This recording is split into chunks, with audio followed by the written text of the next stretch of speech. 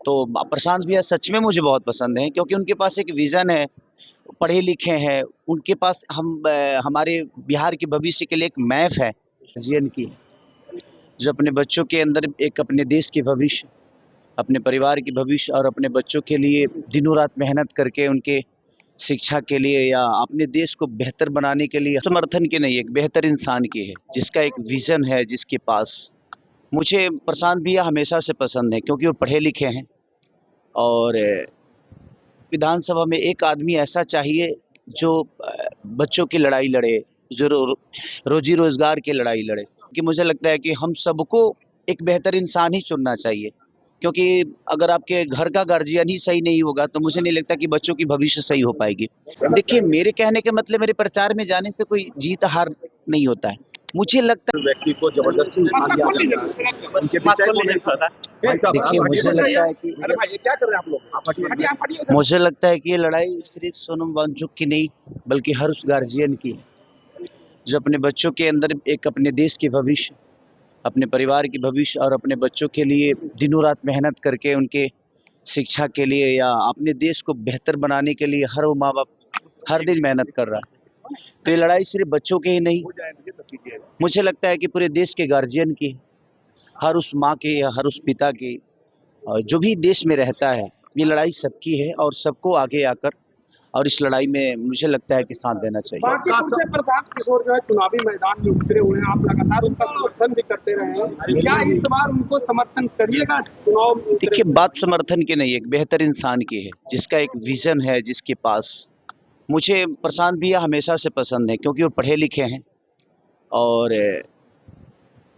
मुझे लगता है कि विधानसभा में एक आदमी ऐसा चाहिए जो बच्चों की लड़ाई लड़े, जो रोजी रोजगार की लड़ाई लड़े।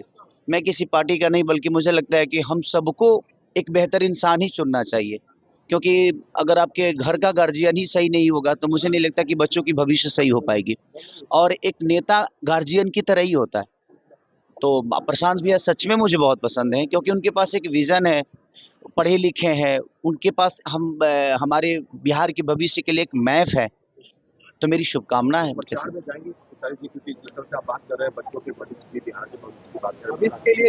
देखिए, मेरे कहने के मतलब मेरे प्रचार में जाने से कोई जीत हार नहीं होता है। मुझे लगता है ना कि यहाँ के लोगों को ये डिसाइड करना पड़ेगा कि किसी के आने से आप वोट देंगे कि एक बेहतर इंसान, एक बेहतर नेता चुनना है आपको।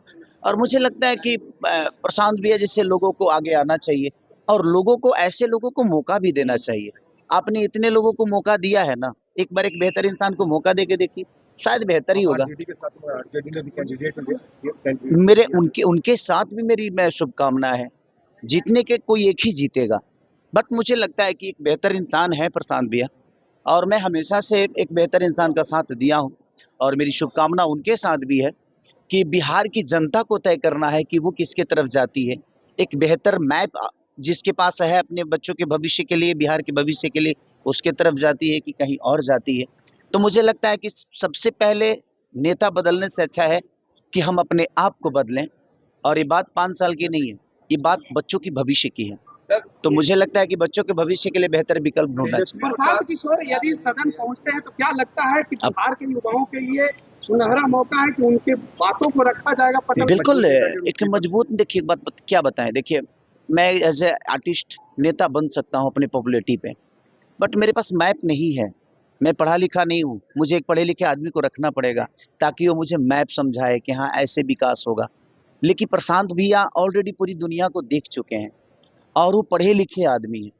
तो मुझे नेता बनने का कोई शौक नहीं है, बट हम लोग अपने बिहार में पढ़े लिखे लोगों को अगर वोट देंगे, पढ़े लिखे लोगों को अगर सदन पहुंचाएंगे, तो मुझे लगता है ना कि आपकी आवाज बन के वो कहीं ना कहीं, चाहे वो किसी भी दुनिया में रहें, वो आपकी आवाज उठाएंगे और बच्चों के भविष्य के लिए बेहतर बात करेंगे। और जो बात ही नहीं करेगा वो काम क्या करेगा। लालू प्रसाद और निषाद भारती ने ये भी कहा कि उनके घर के पास बहुत गंदगी है जिस कारण से ये हालात हुए। पटना के हालात को उन्होंने ये बताया, जो कि पटना स्मार्ट सिटी में आता है। देखिए, सबसे बड़ी ना कि सबसे पहले हमको जिस दिन स्मार्ट लोगों को चुनना शुरू कर देंगे ना, अपने आप स्मार्ट सिटी बन जाएगी। कहने के लिए तो पूरी दुनिया स्मार्ट ही है, हमको अपने अंदर स्मार्टेड चाहिए कि हम स्मार्ट बने, लेकिन हम स्मार्ट लोग चुनते ही नहीं है।